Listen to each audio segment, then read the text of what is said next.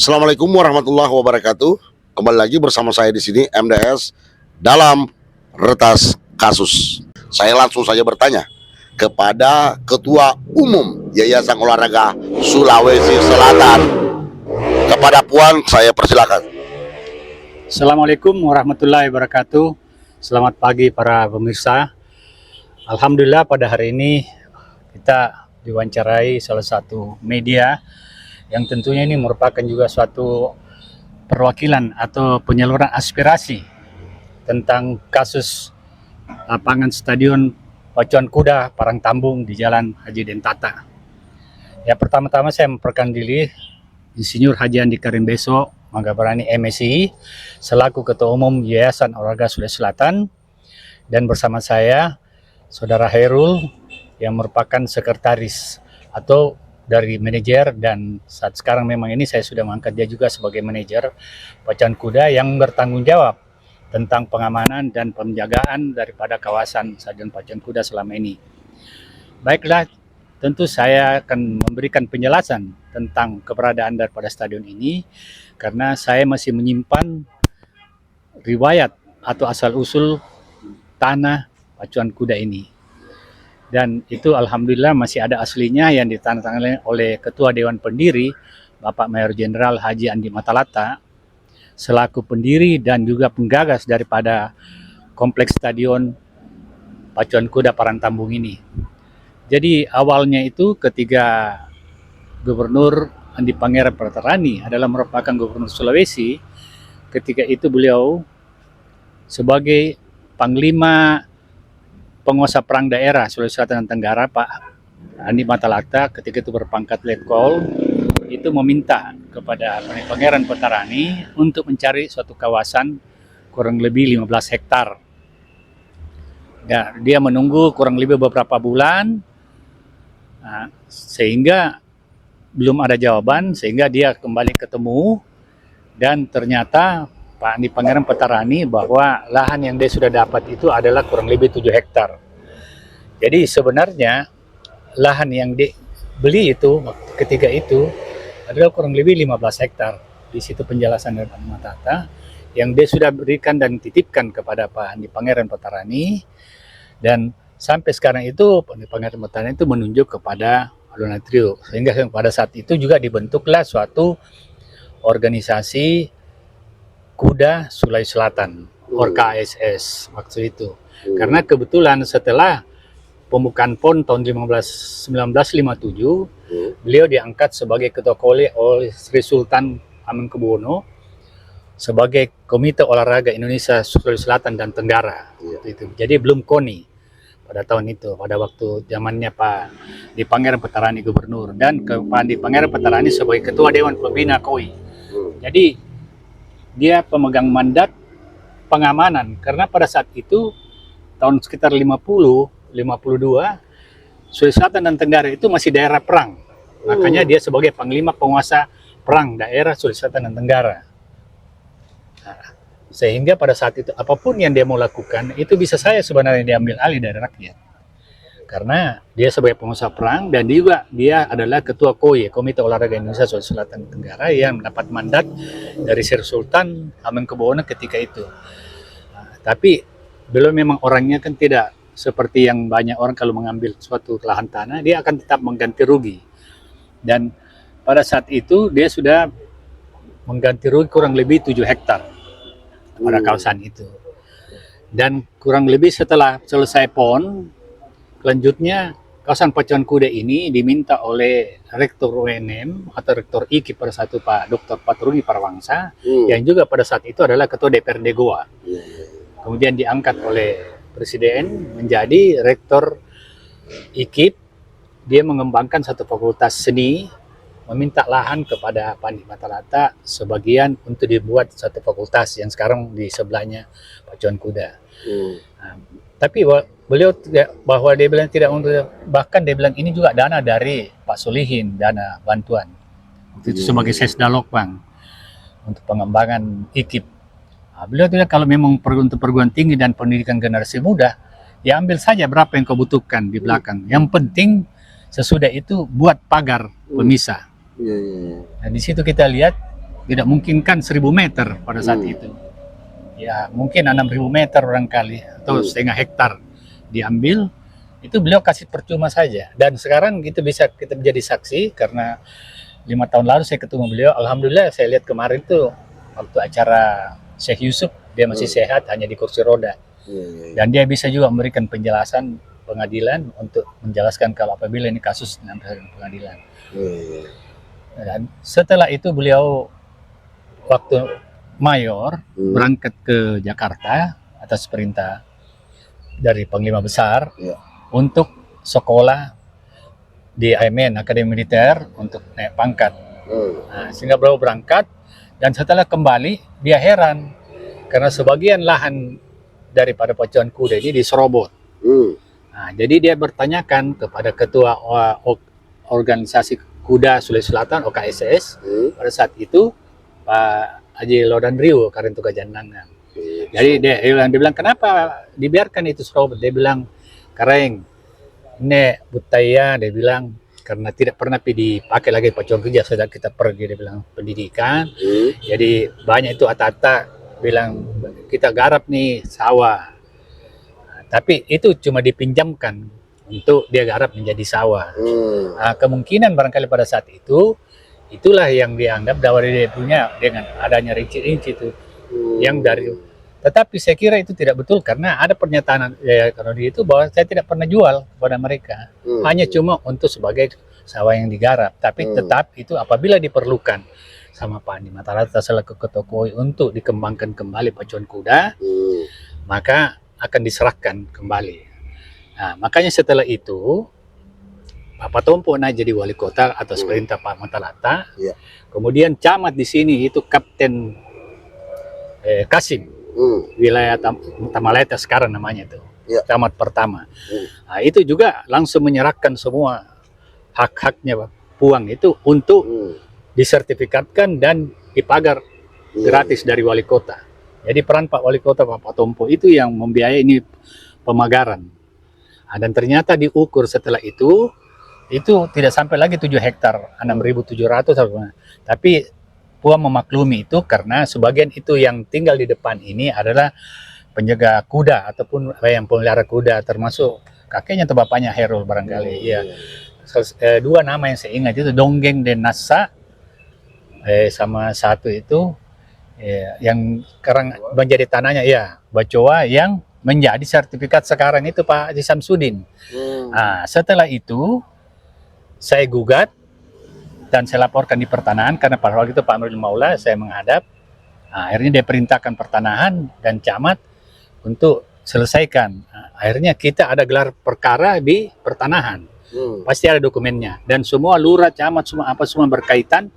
Saya minta camat memanggil semua yang mengaku punya tanah di sini supaya bisa clear apa kita mau gugat atau bagaimana.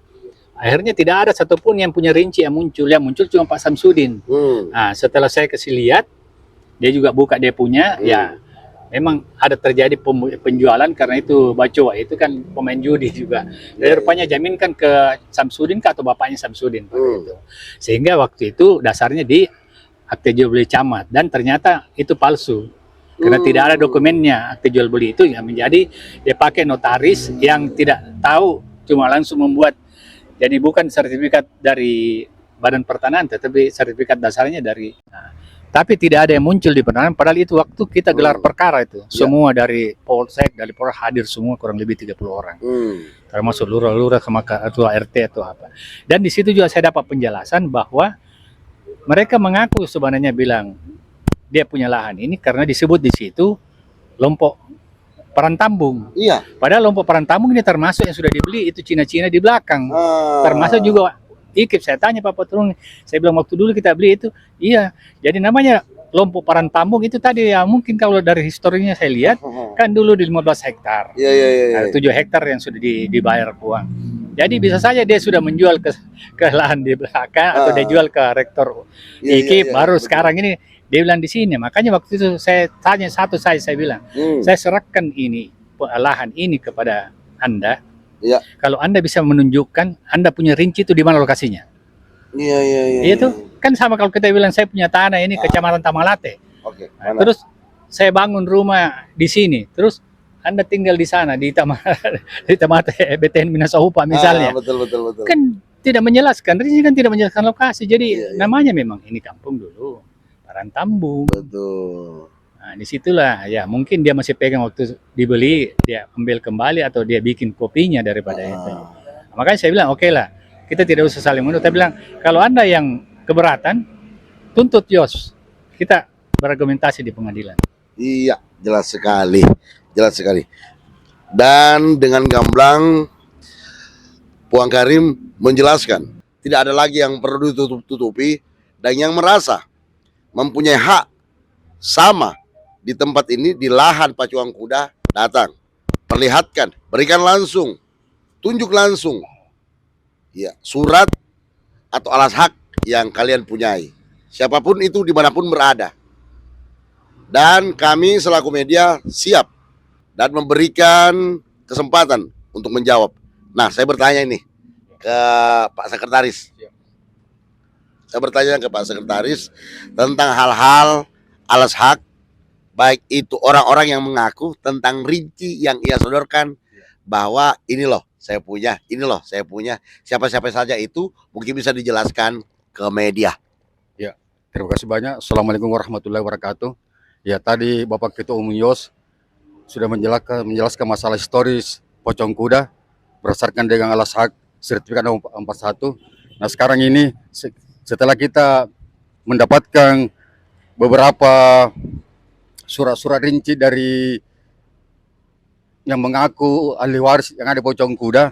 Yang pertama saya jelaskan mulai dari Nonci Bimanja. Ya, bisa Yang iya. Di mana letak kekeliruannya? Nah, Nonci Bimanja ini setelah kita dapatkan surat rincinya dengan persil nomor 6 Kohir 564 DP7, ya, persil 6 itu kalau kita asli Parantambung kita tahu sekali kedudukan tanah. Ya. Jadi persil 6 itu ada di depan Bosowa, yang di depan Hartako.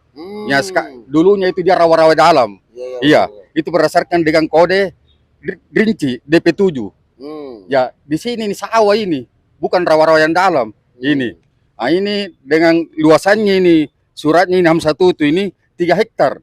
Sedangkan di papan bicaranya ini, di papan bicaranya 6,2 hektar. 6,2 hektar 600 meter itu. Ini ahli waris ini, ahli waris katanya Hamsaden Tutu. Hamsaden Tutu dari Nonci Bimanja, Manja Binonci. Nah, setelah kita cross check di kecamatan, setelah Bapak Ketua Umum Yos dalam ini surat Karim besok mengabarani menyurat ke Pak Camat, dan Pak Camat membalasnya bahwa rinci tersebut atas nama Nonci Bimanja itu tidak terdaftar. Iya. Yang kedua, ya, karena luasannya ini 61 itu ini dengan luasan pocong kuda 7 hektar lebih, dengan dia cuma 3 hektar, maka dia buat lagi rinci palsu. Yang mana rinci palsu ini? Dia buat rincinya Basok Mangaliki. Basok Mangaliki memang tuan tanah. Kedudukan tanahnya ini ada di Tata 1 yang ditempati sekarang Pak Camat Tamalate, Pak Emil. Dulu itu bapaknya Pak Emil, Haji Tajudin yang mantan Bupati Majene, dia membeli tanah di sana. Tanahnya Basok Mangaliki. Ini habis tanahnya Basok Mangaliki ini, dia pindahkan masuk di Surat Baru. Inilah 2 surat ini 61 ini selaku mafia tanah ini dia tempatkan di Pocong Kuda. Ini sangat luar biasa ini. Dengan mendirikan beberapa lapak-lapak dan mempersewakan untuk kepentingan pribadinya.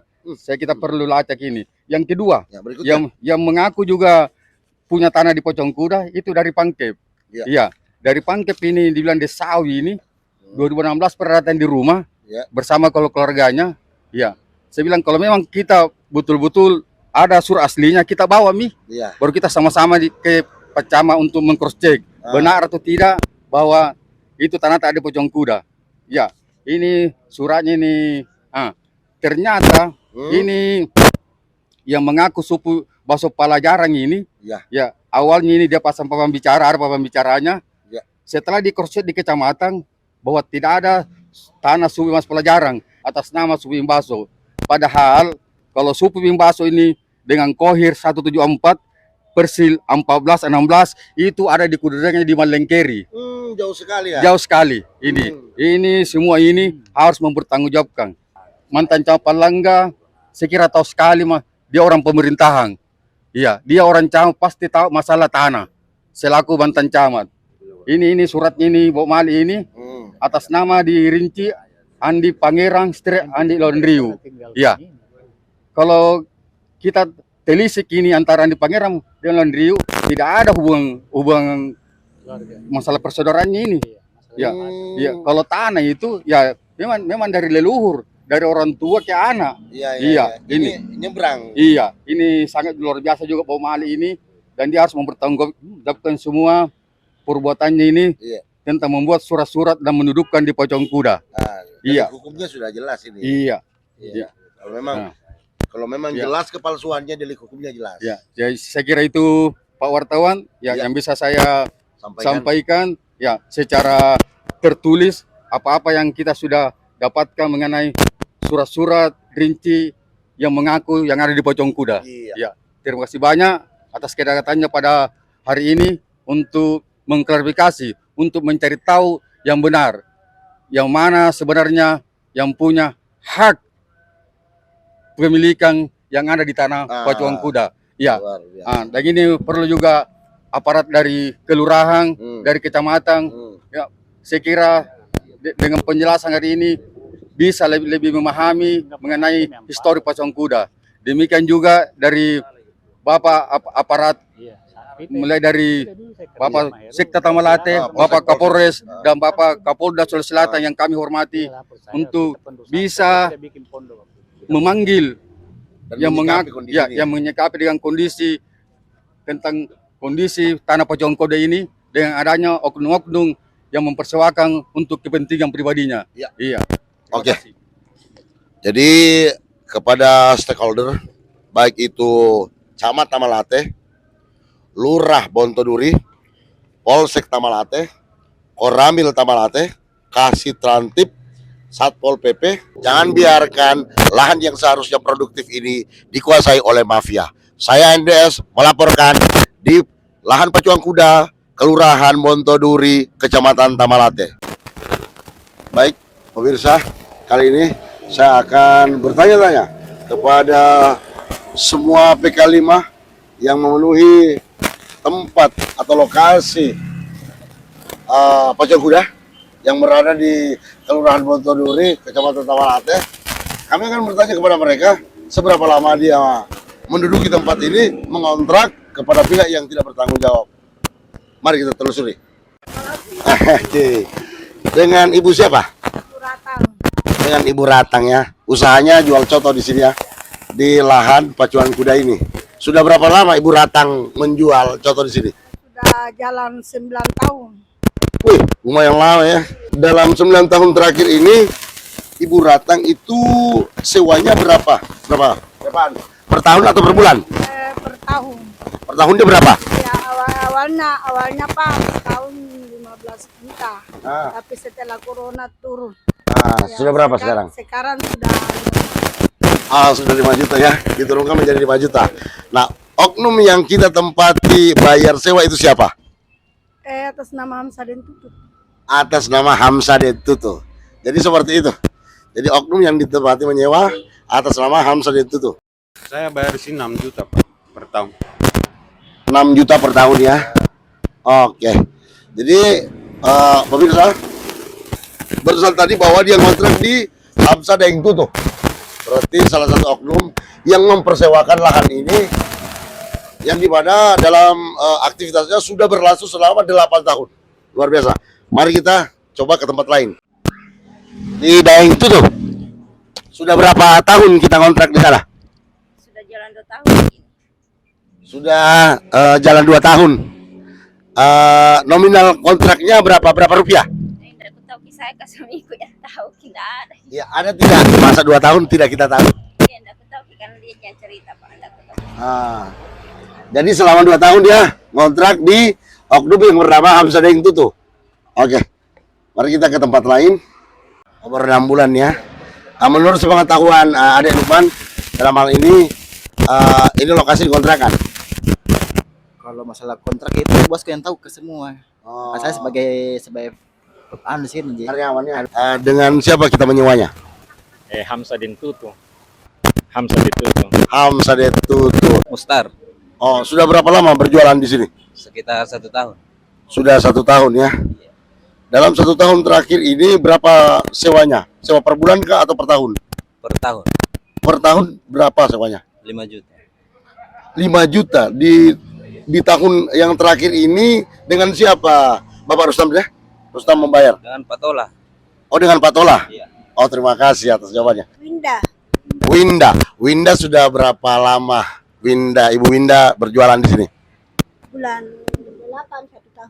Oh, bulan 8 sampai 1 tahun. Berapa nominal kita sewakan tempat ini? Berapa? 4 juta. 4 juta. Otomatis 4 juta itu kan pada oknum. Dengan siapa Ki sewa? Ingin Dengan Intang. Ah iya, terima kasih. Ibu Wati. Ibu Wati usaha telur ya? Iya. Sudah berapa lama usaha telurnya? Sudah 25 tahun. Di Malengkeri Kak biasa 20 tahun. Oh, di sini sudah berapa tahun? Baru 1 tahun lebih. Baru 1 tahun lebih ya. Oh, otomatis ada di tempat yang menyewa. Berapa nominal saat per tahunnya? Ya, kurang tahu Kak bapaknya. Oke. Iya. Kalau kontrak per tahunnya Biasa per tahun bapaknya bayar. Kurang tahu Kak juga ini kemarin dulu itu 10-an kayaknya. 10 ya. Kontraknya dengan siapa? Deng Tola kan ya. Deng Tola ya. Sekarang saya bersama dengan pedagang yang memakai bahu jalan atau lahan, dalam hal ini lahan pacuan kuda. Nah, dengan Bapak siapa saya bicara? Mas Aditya Aditya sudah berapa lama di sini berjualan? 1 tahun setengah 1 tahun setengah ya. Dalam 1 tahun setengah itu dia bayar per bulan atau per tahunnya? per tahun Per tahun dari berapa? 9 juta 9 juta kepada oknum siapa? Dengan Intan. Deng Intan. Demikian dari saya MDS melaporkan.